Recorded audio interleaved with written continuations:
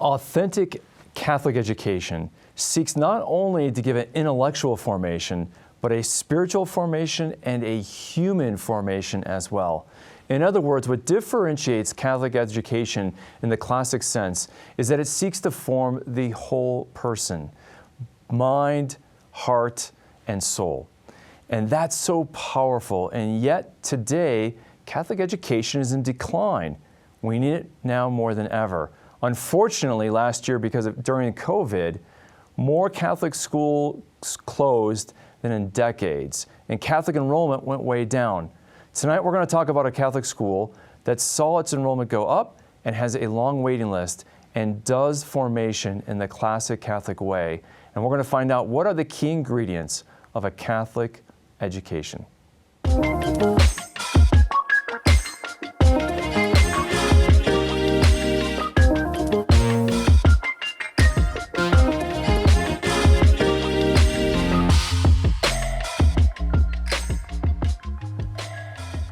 I'm very excited to have a special guest and friend on tonight. She's a great Catholic educator, a principal of Our Lady of Lourdes Catholic School here in the Denver Archdiocese, Rosemary Vander Weele.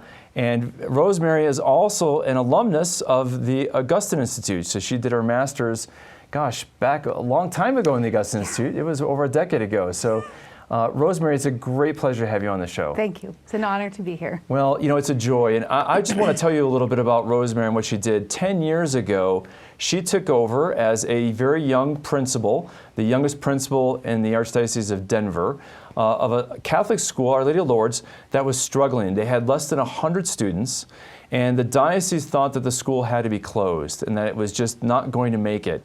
And yet, a very persistent pastor, Father Peter Kwong, and a good auxiliary bishop, now Bishop Conley out in Nebraska, thought that the school needed another try, one last chance. And so they asked Rosemary to take over this failing Catholic school.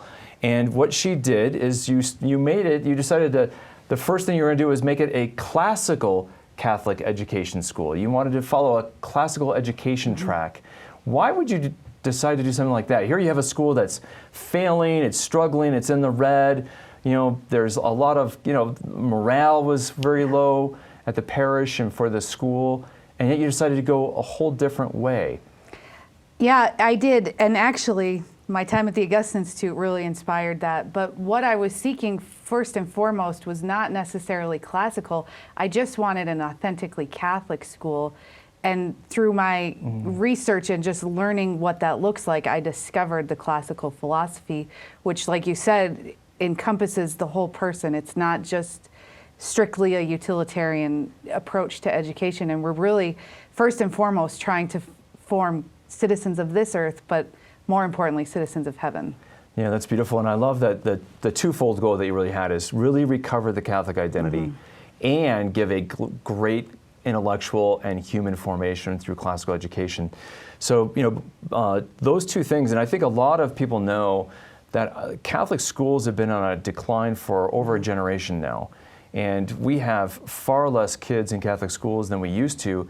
And my conviction is that it's because a lot of Catholic schools lost their Catholic identity, right? There's charter schools, so why not, if your Catholic identity is not important, or if the Catholic school is not, living out its Catholic identity, then why pay all that money to go to a Catholic school? Why not just go to a charter school? And so, as our Lord says, when salt loses its saltiness, it's good for nothing if it to be thrown out. And so a lot of people have been throwing out their Catholic schools, but Catholic schools have an important part to play, don't they? Absolutely. If they're done well. Absolutely. They're critical, in my opinion, and of course I'm biased. I've given my life to this mission, but what we're trying to do, especially in our culture today, is form the whole person. We want them to be rigorous thinkers and high-achieving students, but we also want to bring in the family and bring in the parents as the primary educator and really refocus the domestic church on the importance of that. And in doing that, we can offer a rigorous education and really have a flourishing Catholic culture. But if we if we ignore that aspect, then we just lose the mission, like you say. Rosemary, that's a really important point, because I remember my first job was working for then Bishop Chaput in Rapid City, South Dakota, and I was director of his education for the Catholic schools. And so I worked with a lot of different principals and Catholic school teachers. And there were some fabulous teachers, fabulous principals, but there was some who felt that parents were the enemy. That, we just have to, it's our job to teach the kids, and the parents just need to get out of the way. And I love what you just said, because it's one of the key tenets of Catholic teaching, and that is the parents are the primary educator of their kids. And I love you bring to Catholic education, you're a mother, and you're an expectant mother, and little one on the way in the next month. Yeah. God bless you, and thank you for coming on the show, as you're expecting. So I'm excited by this idea that Catholic schools in its authentic mission partner with parents. Talk about that idea of how a Catholic school can see parents as partners rather than as somebody that just needs to be pushed out. Well, I mean, that's what all the church documents say when you read them, and it talks about the primacy of parents in educating their children. Oftentimes parents think, oh, that means I have to teach my kid chemistry, which is not what that means at all. It means the formation of who this child becomes is solely dependent on what happens in the family life. So I often tell my families at school, we can give them everything. We can give them the best exposure to truth, goodness, and beauty. If a child then goes home and sits on an iPad for 6 hours a night, every day we start at ground zero, and it's very hard to build the experience of really the formation we're trying to offer if the home life does not support what we're trying to do. And so that's the first thing I tell parents. The other thing is really to just encourage parents, especially this millennial generation that gets very insecure about their parenting, myself included, that really God gave you an authority that is solely for you. He gave you this child, and that is something that no school can take away or replace. So I think really just forming the parents and supporting them and helping them feel like you're not crazy if you don't want your kid to have a smartphone when they're 13 or 10 or whatever, and really giving them that authentic culture to feel supported that they're raising their kids well and they're not the weird ones way out here. Right. Well, Rosemary, let me invite our guests, our audience, to join us by any questions you have about Catholic formation, Catholic schools, Catholic education. You've got a living expert right here who's in the trenches and has a great heart for the formation of children. So you can text us your questions at 720-650-0100 and just put your name and what your question is, and you can join our conversation. So I'd love to get your questions. So feel free to ask them. And Rosemary, let's just talk about when you came over and you took over this Catholic school, you had to recover its Catholic identity. You had to rally the parents and the teachers around what you're going to do. What was one of the things that you learned early on that you have made as an important part of the school's culture on how to form these children well? Oh, so many things. I think really establishing the Catholicity is much more than just following a rubric and throwing a crucifix on the wall. It's really inviting parents into living the Catholic faith in their home life and encouraging that.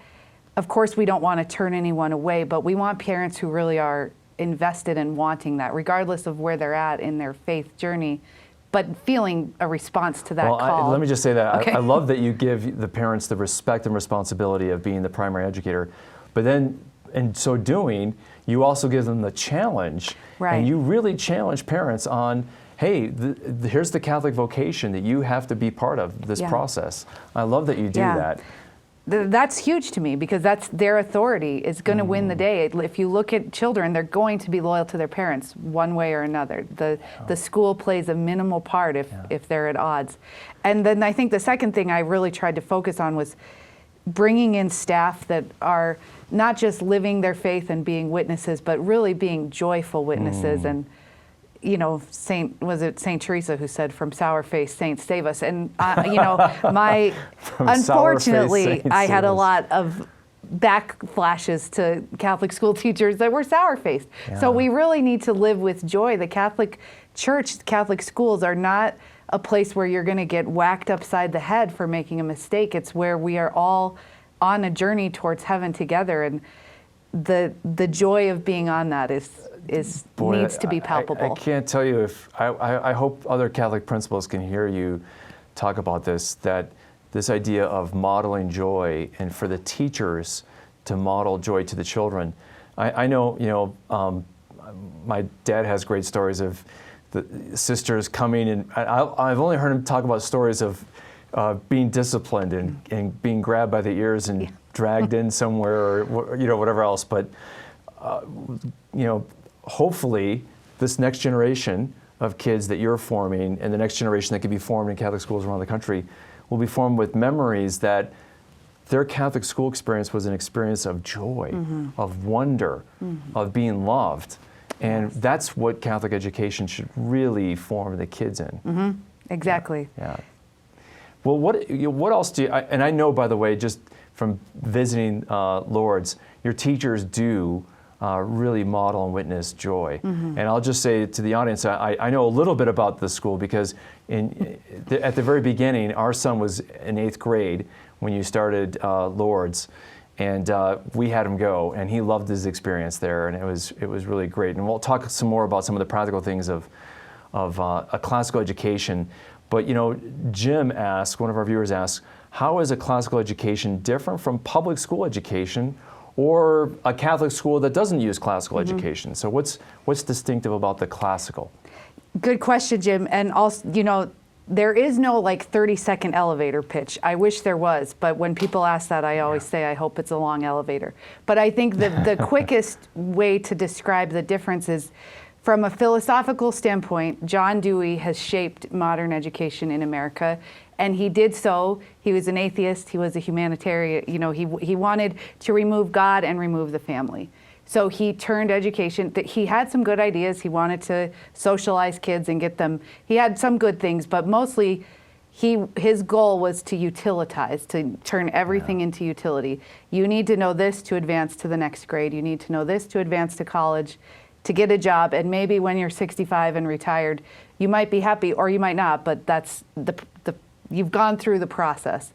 And so, unfortunately, modern education has really, that has stuck. Teachers are trained to teach that way, and even in Catholic schools, unfortunately, we've kind of fallen into that. Yeah, you would say that the Dewey created a very functional but stripped down form of education that was just imparting information. It was just basically a transaction.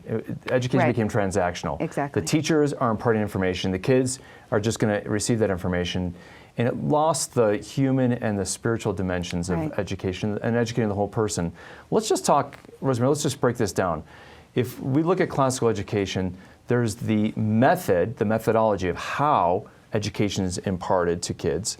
Then there's oftentimes elements that are different, and that is the subject matters and what they cover in their education. So let's just talk about the how of a classical education in terms of pedagogy. How is it different? And I know, for example, my son, when he went there, one of the things we saw right away is he was doing a lot of memorization. So part of the teaching pedagogy was that children should memorize, and Dewey seriously downplayed memorization. That was that's part of what his educational legacy was. Right. So let's just talk about the pedagogy of classical education. So in a grade school, it really focuses on the trivium, the grammar, logic, and rhetoric stage. And there is, Dorothy Sayers writes a great little essay on this, and she puts them all in very neat boxes. I see it more of as just a continuum of human formation. And we learn through experience and we learn through imitation. And so really, the classical pedagogy is to present things for students to compare and say, I know that, I don't know that, what about them are similar, what about them are different. So that's one part of it, is kind of the mimetic and really learning to compare and see the differences and the similarities of certain content. The other part is the trivium, the grammar, logic, and rhetoric, where you really need to learn the very basics of something before you jump into analyzing it. So you don't jump right into creative writing until you learn how to construct a beautiful sentence. And so it just follows a very natural progression. And the beautiful thing is that's the way God developed our minds to learn. You know, I have a 19-month-old son. He's just a sponge. He's soaking everything up right now and learning the different colors and the different shapes.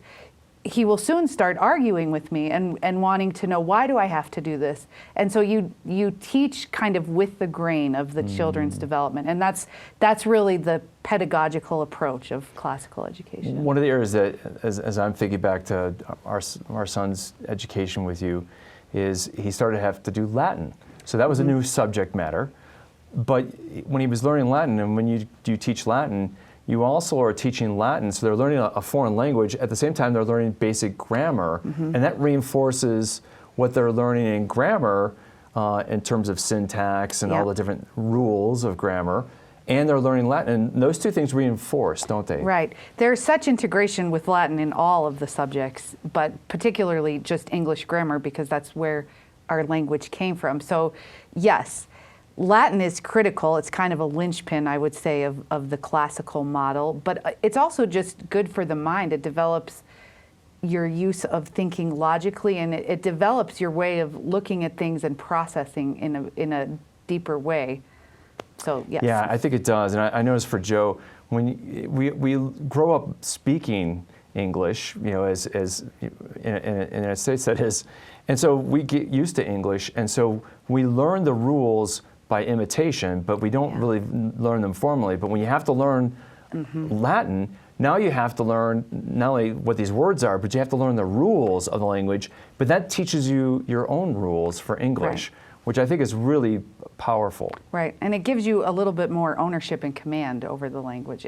And another great benefit, our students, you know, they go K through 8 in Latin and then can very easily test into honors Spanish or honors French. You know, it's the root of all the Romantic languages. So it really sets a child up well. And, you know, our parents have said, gosh, I wish I had Latin in the younger grades. I started it in high school and it was really hard to wrap my head around.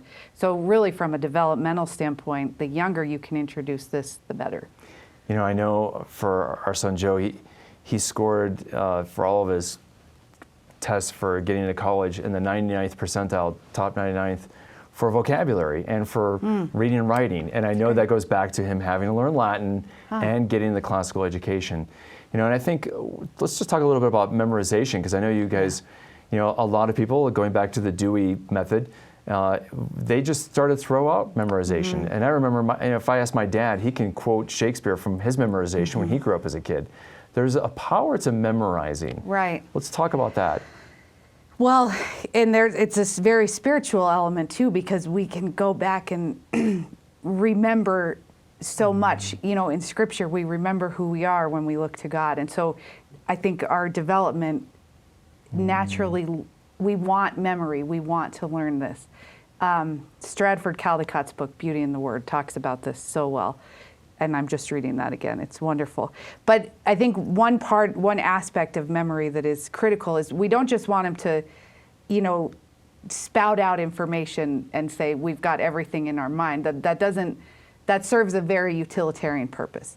What we want is for them to take and know that they can know beautiful Shakespeare and beautiful poetry, not for the sake of anything other than I know this and it's beautiful and it helps me contemplate something higher. And kids actually really love to memorize. They take to it so well. Your dad can remember Shakespeare from when he was a kid because it became part of who he was. And I think that goes back to how Christ made us and how God created us to be in an image of something else. And so that's how we learn, is through memory. You know, I think going back to what you said about Dewey, one of the practical things that a lot of people and modern educators think is, well, we can carry our smartphone or a tablet, so I don't need to memorize anything. Right. I can have it with me and easily accessible. But what they miss, I saw a survey of businesses and corporations, and two of the areas that they find lacking in a lot of their employees that they wish they would have, that they want education to address, is the ability to communicate, you know, personally, verbally, and the ability to communicate in writing through email and other things. And they find that these abilities are typically lacking in American education. Memorization not only gives you so that you're not just a parrot to be rote to give something back, But by memorizing, you're learning structure Right. and rhetoric. And so it goes back to what you talked about. You know, it helps you to be able to be a communicator because you're Right. learning intuitively, and you possess not only a vocabulary, but a rhetoric Right. that helps form you as somebody who can communicate. We have our kids, their copy work when they're learning cursive is the Psalms. And it's because we don't want them to be in third grade and think they know how to write beautiful sentences. They don't. You imitate the greats and then you learn. And so not only do they have Psalm 23 memorized, they also are learning this is what a beautiful sentence looks like, instead of this modern notion of like, well, whatever I create is beautiful good. because I say it is. Yeah, no, that's so important to give people beautiful models. And it goes back to the idea of imitation that you mentioned. And that's part of the classical education tradition, is that good imitation leads to good practice. Right. And if you're imitating those who are like Shakespeare, and that's part of a classical education too, is going back to the greats, right? Right. There's a reason why we want to read Shakespeare. Right. There's a reason why we want to read the Psalms, Yes. is because this is great poetry. This is Right. world class. And so by reading it, by memorizing different elements of it, by studying it, you're learning from the best. It has withstood the test of time. Yeah. It's not a silver bullet, you know, a flash in the pan. Yeah, talk about some of the authors and some of the sources, because, you know, oftentimes in modern education, you don't read primary sources until college, and even then it's starting to become questionable. You have these kids reading some primary sources. So, well, this isn't a primary source, but we love Mother Goose. And I just read a great article by Sean Fitzpatrick about how important Mother Goose is. So that was encouraging. We're on the right track there. As far as primary sources, I think our biggest goal in that is to obviously take the kids right to the source, but also if it's worth learning a little bit in depth. You can't just read one chapter or one unit on it, you know, the Civil War and pretend you have mastery of it. So we really try to offer a variety of different sources. Obviously, the Civil War popped to my mind, so they read Abraham Lincoln's writings on it. They read what his general said on both sides, the letters, you know, and really dive into the actual details rather than a synopsis in a big anthropological In a big textbook, book. yeah. No, I love that. They're actually reading real letters. Right. From Lincoln and his generals from the Civil War. Right. In 6th, 7th, and 8th grade. Yeah, and even as early as 5th, and the kids really own that education so much more. It means so much more to them. And I think that's a big part of what we're trying to do at Lourdes is we're trying to shape their whole person. We're not just asking them to regurgitate on a test. If it's worth learning about, it's worth learning about well. I love that. You know, as a kid, I remember being bored Yeah. in school, especially early on. And I think if I was able to read things like that when I was in 5th grade or 6th grade, that would have interested me a great deal. You know, how does classical education fit with keeping kids occupied? Do they you know, not being bored, being challenged, thinking critically? That really goes back, I think, to restoring the nobility of the teacher, because oftentimes, and I experienced this as a teacher myself before I took over at Lourdes, we have to stick to the textbook, we have to make the copies of the worksheets and do all that. And of course kids are bored. I was bored teaching it. So like if I'm bored, they're bored. When you give the teacher the integrity to learn about aardvarks if you're teaching about them and make them exciting, kids buy into that. When a teacher is passionate, a child is passionate. It could be about something they didn't think they cared at all about, like music history or something. But if the teacher possesses enough knowledge to show them the importance of it and how it relates to their life and how they will grow through this, then kids are excited. I think the other big piece is that's such a okay, hold on to that. Okay, but sorry. I love that image you just gave, because you're challenging your teachers to authentically teach. And I think a lot of people don't realize that in a lot of curriculum out there and a curricula for different schools, it's scripted for the teacher. Say this, do this, say that. And they become the parrots, and that gets boring. Right. And so you're saying, look, I'm not having my teachers aren't cooks who are simply reheating a meal in the microwave. Right. They're actually cooking with fresh ingredients. Yes. Which makes the teaching and the education experience fresh and vivid. And it really restores the dignity to teaching. I feel like even my undergraduate, you became a teacher because you didn't know what else to do. And that's a shame, because this is the most, I mean, aside from parents, teachers are who spend the most amount of time with children. And it can't be undersold. Well, I think you put your finger on the secret sauce to education, Rosemary, in a way that I have to go back and rethink a little bit more, because I think this is really important, how we engage the teachers.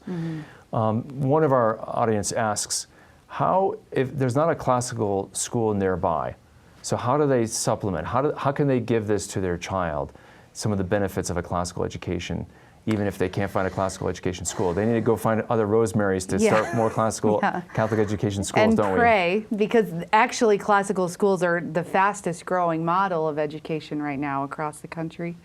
I think, though, on a very practical level, the more exposure you can bring to good literature into your home, there is the list of great books, but there is also a list online of the 1,000 good books that you should read prior to reading the great books. Really, literature is what awakens wonder in all subject areas, because once you learn about something through story, your desire to learn more happens. That's pretty critical. You know, that's so important. And I think of, as a parent, my experience with our kid was that we would limit, during the week there was no screen time, no TV, no movies during the week. Right. And so I remember whenever my wife would take Joe to the library, he was excited. It was like an event, because getting those new books was his form of entertainment. And we didn't allow video games, and we didn't allow screen time, especially during the week. Yes. There was very limited screen time. Do you recommend that for your parents? Yes, absolutely. I just can't stress it enough. And it's not just because I'm a super Catholic principal. There is so much data to show how harmful technology is to young developing imaginations. And parents have to wake up to that a little bit. It's so easy, and I know this with my son at home. It would be much easier to keep him quiet, to give him a screen. That is not the answer. That only increases his inability to pay attention, increases his, he's not at peace. Whereas if you just give them good books and say, go play outside, it seems so simple and almost, it doesn't cost anything. It's not flashy. But really it goes back to what we're trying to do. We want them to be formed in their humanity, and screen time robs them of their humanity, and it robs them really of their developing imagination, which then makes it incredibly hard to make anything exciting in the classroom, because all they see are these fast images. Do you notice a difference between kids who come from families where there's unlimited screen time versus kids who have very limited? Yes, and they often don't last, unfortunately, because they don't know how to soak in what they're being presented, because the amount of stimulation that they have already been exposed to, it's very hard to recover. There's a great book called Glow Kids that I recommend to all parents, because it really is jaw-dropping to read this doctor's perspective of what happens to the neurological development in the brain. So this is objective science, not just... Yes, not just crazy me. Not just crazy. Yeah. I sometimes feel like it's crazy me a lot, but this is not. Yeah, wow. Well, what's the last takeaway you would give to parents on the human and spiritual formation of their kids? I think the biggest thing I would say is just to really embrace the authority that God has given you, not in a disciplinary role. Of course, kids need boundaries, but really step into that and want to be good parents in the way of raising up saints. And don't be afraid to look countercultural, because look around at our culture. Our kids are not happy. They are not living virtuous lives. They are not striving for excellence on this earth or in eternity. And so what we need to do as a Catholic Church is really restore that. It starts in the family. Obviously, a school like Lourdes wants to support that. But really take your role seriously. And if you don't pray together as a family every day, that would be where I would start, and then start getting good books in the house. Thank you, Rosemary. Yes. And I know that just to complete the story that I mentioned with Rosemary, is when she took over that school, it was failing, it was about to close, there was less than 100 students. Now they have about 350 students and a waiting list, and they've opened a second campus. And so I think what's happened is that parents have seen, and there's quite a buzz, and I know a lot of our employees here at the Augustine Institute send their kids to Our Lady of Lourdes, and they love it, love it, love it. I know, there's some great employees. Kevin Mallory sends his kids there, and some others on the film crew here, and they love it. And it's really exciting what you're doing. And the power of an authentic Catholic education cannot be underestimated. We need to revive and renew Catholic schools. I hope this has been inspiring for you, and I hope that this will set a fire for others. I hope you can join us next week. We've got Sarah Christmeyer will be our guest. She's the author of Becoming Women of the Word, and she is a convert to Catholicism and a great disciple of the Word of God. She's got a great passion. She's contributed things like the Great Adventure Bible Timeline that she partnered on with Jeff Cavins, and has done some amazing work. And we're going to interview Sarah next week and talk about Scripture and being a woman of the Word. So I hope you can join us next week. Thank you all for being with us, and especially to all of you who support us through the Mission Circle so that we can have this apostolate. God bless you.